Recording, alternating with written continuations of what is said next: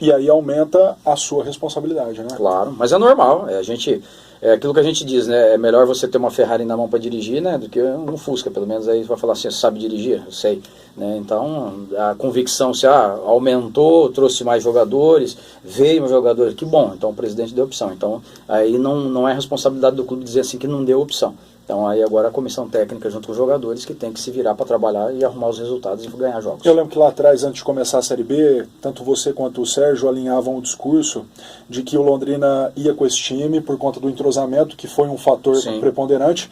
E agora esses jogadores, Tencati, chegam nesse momento do campeonato porque o Londrina vê que realmente dá para subir já esse ano? Claro, e é uma oportunidade, né? Porque a gente viu essa possibilidade, né? A competição não é difícil.